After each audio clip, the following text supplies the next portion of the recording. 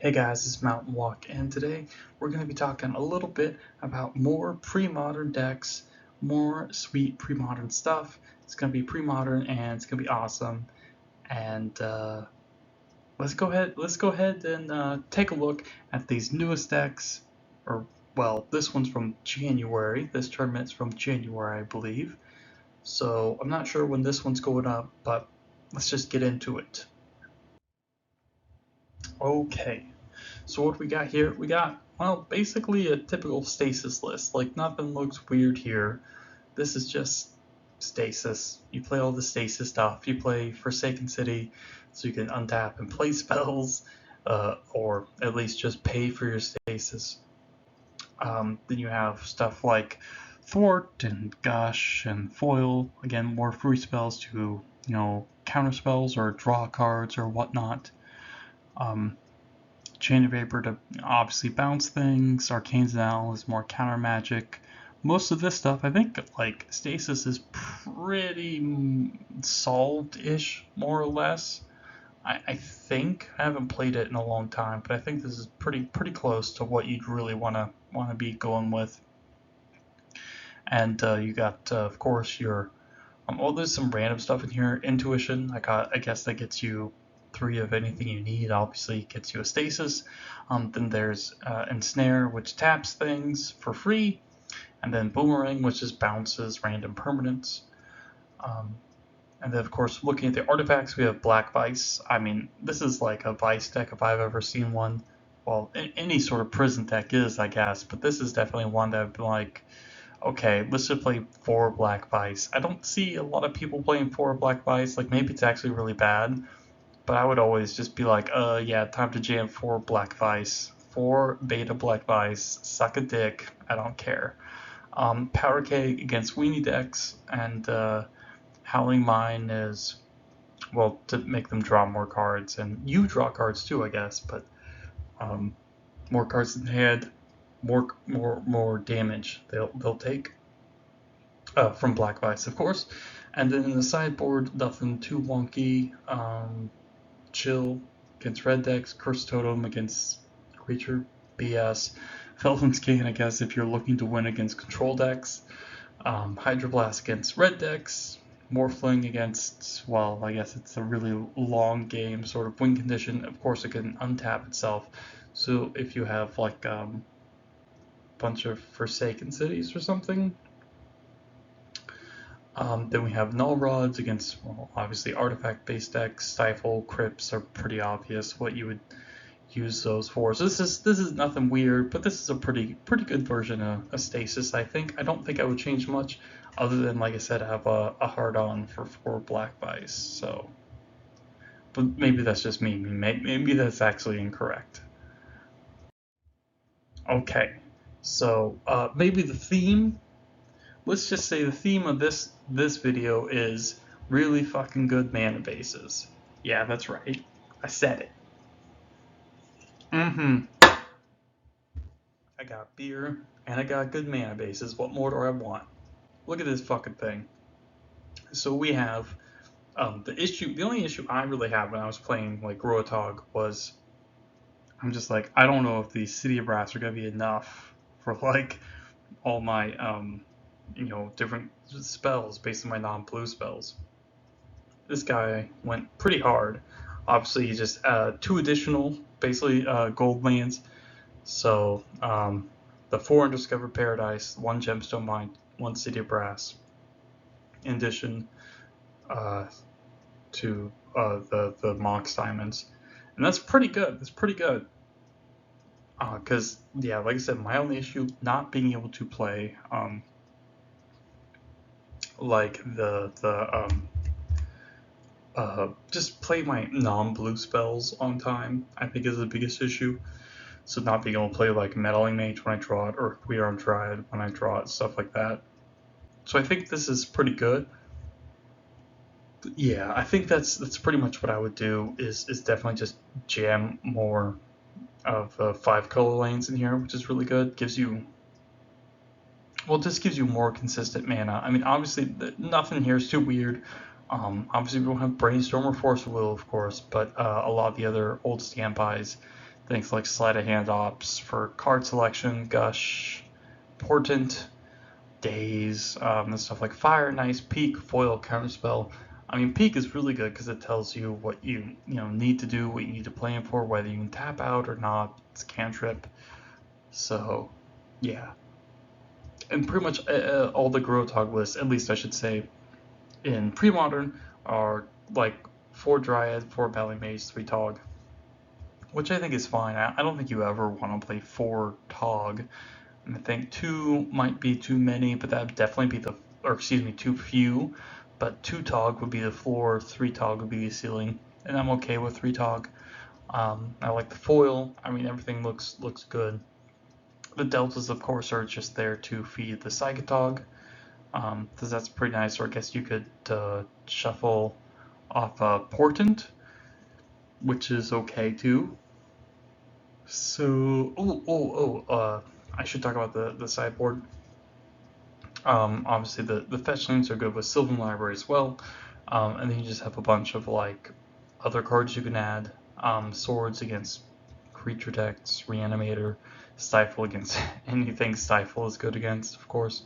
Pyroclasm against Weenie decks, Misdirection against decks with tons of interaction, Chill against red decks, Boomerang against random shit. Boomerang is also a pretty nice, what's the word I'm looking for? Like a tempo tool, just in general. And then, of course, a null against artifacts, enchantments, stuff like that. So this is good. I like the increased number of 5-color lands, because that was the only problem I had with the only having like 4 City of Brass or something and then 4 Mox Diamond. Playing more 5-color sources is definitely a good thing. So I like this deck overall. I probably wouldn't change much, and I love Fire Ice, and everything looks great. Okay, so this is basically just, well, kind of land still, sort of, but minus the standstill.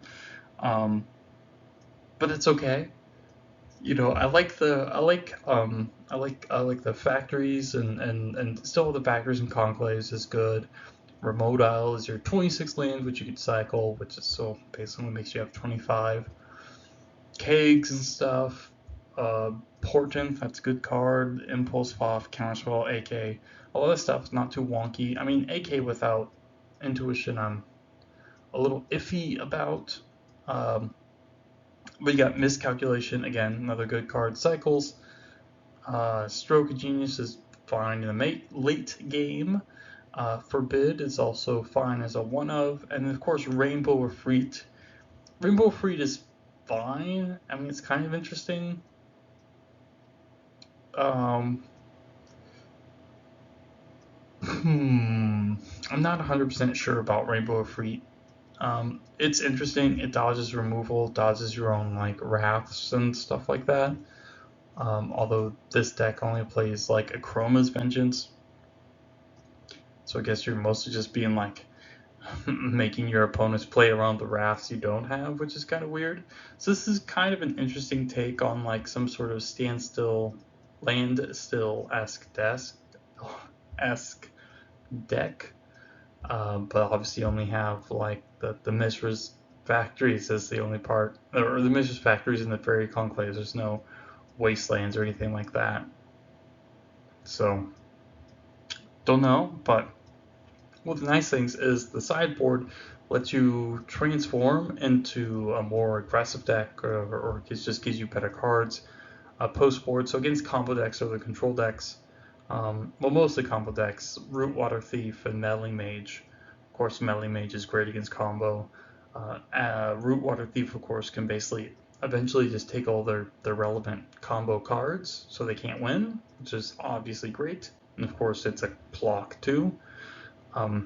Ivory Tower is good against red decks or any sort of aggressive deck. Humility stops anything that really over relies on creatures, that kind of stuff. Disenchant, of course, just disenchant, right? Just against artifacts and enchantments that you need to kill. Black Vice, mostly just against other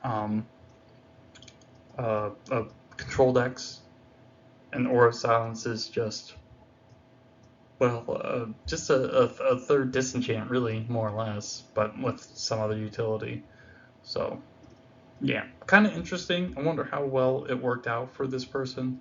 Um, but yeah, it's kind of nice. Of course, everyone loves Rootwater Thief, right? Okay, so now we got a blue-black version of Stifle Knot. Mm-hmm. Okay, so this is not the first time we've seen this deck, but it is one we've seen a couple times.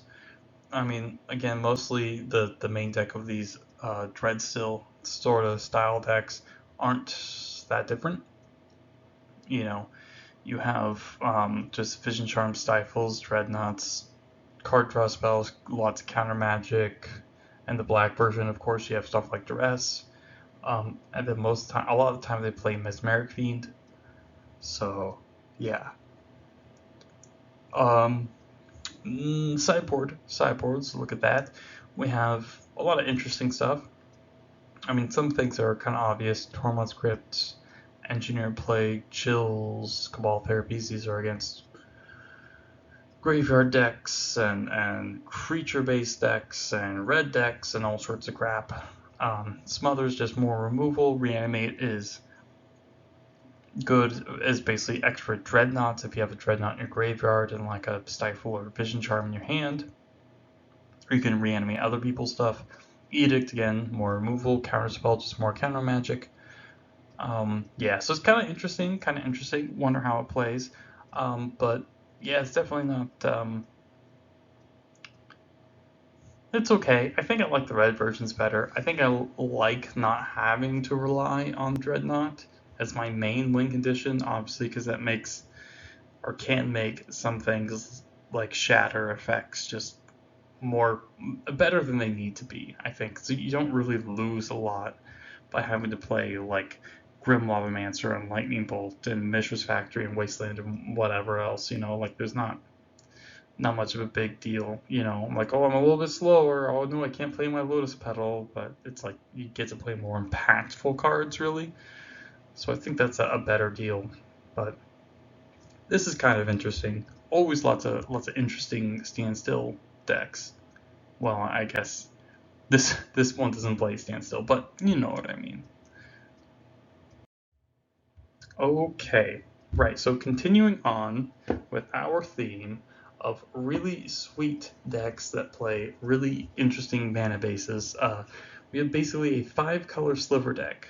Uh, yeah, this thing is all over the place. I was trying to figure out like how I would play a sliver deck, and I was trying to figure out the mana base. I was like, shoot, I don't have Cavern of Souls or whatever, to make this really easy. So I was like, I'm not going to do it. It's too much. But this guy obviously put in the effort, which is pretty sweet. Obviously, all of his spells, he can just play whatever the heck he wants, more or less. Portents for card draw, filtering, Duress as disruption, Vindicate as removal, or just, you can cut them off color of mana, that kind of thing. Gerard's Verdict, more disruption. Unearth is basically like, you can return a certain sliver to play, or you can just cycle it if it's dead. Bolt and Swords is removal. And then all the slivers. Like, the only thing I think is weird is the one of Birds of Paradise. Like, this probably isn't a deck you want to play 4 birds in, but like one just feels super random. I mean, it feels like I'd rather just play another land. I don't know what land, but I could be wrong. Maybe this is a deck where it's like, yes, playing the one Birds of Paradise without any way to tutor for it is actually optimal. Anyways, so we have again all sorts of slivers that are you would expect, or basically you wouldn't not want to play. So Muscle Sliver to pump all your dudes, Crystalline to give them Shroud, Plated to, I guess, protect them. Well, makes them more durable in combat, protects them from Pyroclasm, things like that. Metallic is just a cheap one, easy to cast, it gets all the buffs. Wing Sliver makes them, well, gives them flying. Hibernation protects them from Wrath. Um, Heart Sliver gives them haste. Talon Sliver, is that the one? Is that the first strike one? I think so. I think so. And then of course the mana base. I mean, this thing is just amazing. So we got a lot of good stuff. So Gemstone Mines, of course, gives you mana of any color, no pain. Undiscovered Paradise, same thing, but obviously Undiscovered Paradise has a drawback where if you draw too many or use it too often or draw too many of them, obviously it'll set you back. We have some fetch lands, so Flooded Strand and Windswept Heath and Polluted Delta. These will get us our basics. So there's Plains, Island, Forest, and Swamp. Then we have, of course, another 5-color land in City of Brass. Pretty good one. Obviously, don't really want too many City of Brasses, otherwise you start getting a lot worse versus the other aggro decks. And then, of course, the cards I always forget about, Dromar's Cavern and Treva's Ruins. These are the layer lands from Planeshift. They tap for 3 different colors of mana. Well, not, they tap for 1 of 3 different colors of allied colors of mana. So the sort of shards, basically. So Dromar taps for white, blue, black. Trevor is green, white, blue, so one is Bant, the other is Esper, basically. If you talk about new Magic stuff, which, ooh, that's horrible. But anyways, always forget about these cards. And these cards are very, very good because especially in a deck that's low curve like this, the returning land, not a big deal, not a huge deal.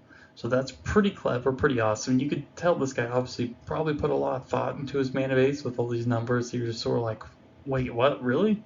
You know, so that's cool. That's really cool. This guy obviously put a lot of work into this deck. And obviously, I mean, the payoff is worth it. You know, being able to get all these slivers in play, like giving them Shroud and Haste and Flying and pumping them all up and stuff. I mean, that's pretty sweet. Okay, so for the sideboard, I mean, we just got a bunch of hosers and other good stuff. So start at the top, we got Cabal Therapy. I mean, we have like 24 creatures, so that makes it pretty easy to flash back. Lets us get whatever we need. Obviously, it's good with Duress, which we have another Duress on the board.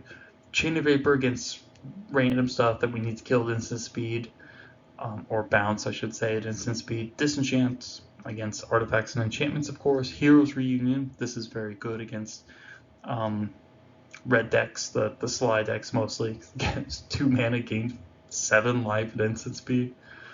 We've got the Elemental Blasts against red or blue decks or whatever. Rushing River, another way to bounce stuff, which is great. Swords to Plowshares against decks with, like, say something like a Reanimator, or anything with just big creatures. Warmth, of course, really good against red decks as well. So yeah, this deck is awesome. I think this guy put a lot of work into it. It looks good. You got all this stuff you can board into, more disenchants or more discard, all sorts of random things that come into play that you can't deal with. You have Chain of Vapor and Rushing River and all sorts of powerful color hosers like Warmth and the Elemental Blast. I mean, just has everything. It just has everything. So it really makes having this kind of sort of wonky looking mana base certainly worth it. So that's off to this guy. This deck looks fucking sweet. So let's go ahead and get to the next deck. Alright, so we have another Stifle Dreadnought deck. This one's pretty interesting. I don't think we've seen one like this. So this one is like really hard on the ramp with Lotus Petal and Mox Diamond. Its mana base, I think, might be a little too heavy on the 5-color lands. I mean, it's got to be too heavy on the 5-color lands. You know, when you can play like blue, green, white, lets you play, you know, Flood Strand and Windswept Heath and some of their basics. Just probably better in some respects, but I definitely cut a couple of these lands for like that, for those interactions. Yeah, and then we have, I mean, again, same Dreadstill sort of things. Enlightened Tutor and Disrupt are slightly uncommon, I guess, a little bit. But obviously, Enlightened Tutor gets you your Dreadnoughts. The creature base is creature base is a little wonky. Sylvan Safekeeper, of course, is a good reason to run green. Keeps your Dreadnoughts safe from plows and stuff like that. Mother's Runes, same thing. But Mother Runes can also protect your Meddling Mages too. Very cool. Meddling Mage is pretty strong. That's a card that's, well, I love Meddling Mage. I can't really say anything bad about it. So yeah, pretty good, pretty good. Sideboard, Wax and Wane. I guess like you can. I mean, it's an interesting split card because obviously like being able to get people with wax is pretty funny. Randomly pumping your guys, that's kind of cool. Warmth against red decks, that's fine. Crypts, of course, plows, and disenchants. I mean, kind of an interesting deck. I feel like some of these dreadnought stifled decks go way too hard on just the dreadnought thing. But yeah. Anyways, it's kind of interesting. I haven't seen this sort of version before. All right, so this is Doomsday, and I think this is exactly the same as pretty much all the different Doomsday decks. Always just do the Ebony Charm kill with Future Sight and whatnot. Yeah, nothing weird here, nothing out of the ordinary. I don't see, at least. So yeah, this is a Doomsday deck.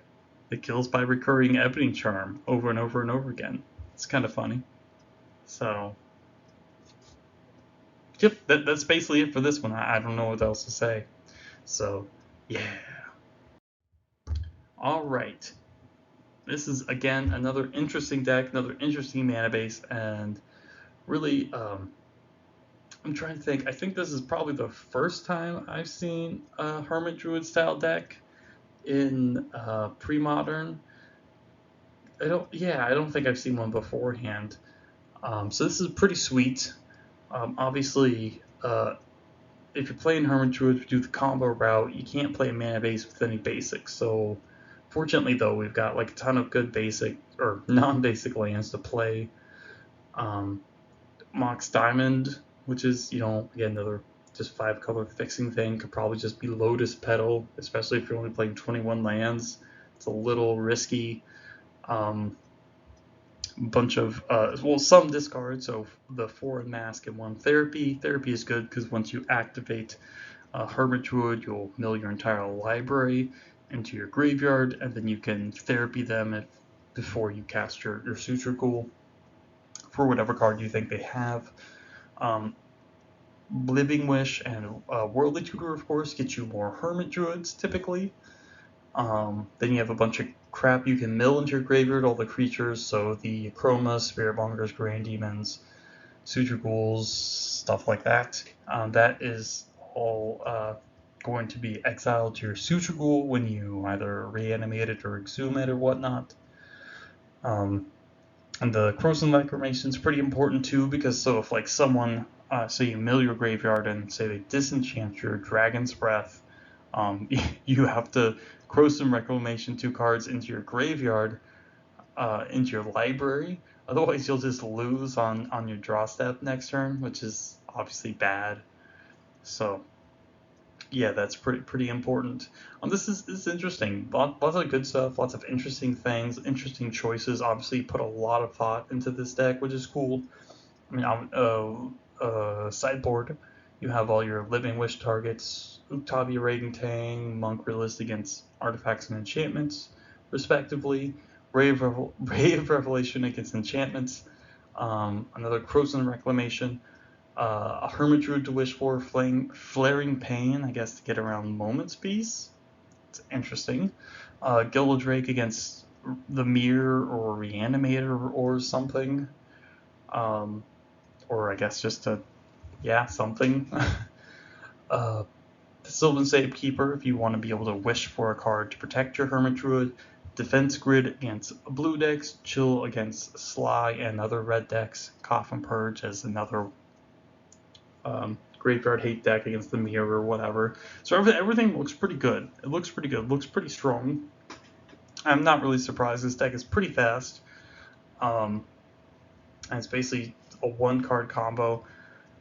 It's pretty sweet. I like it a lot. Obviously, just not being able to beat Grim Lavamancer and Burn Spell deck is an issue. Typically, if people are smart, they'll be playing their 4 Tormod scripts in their sideboard.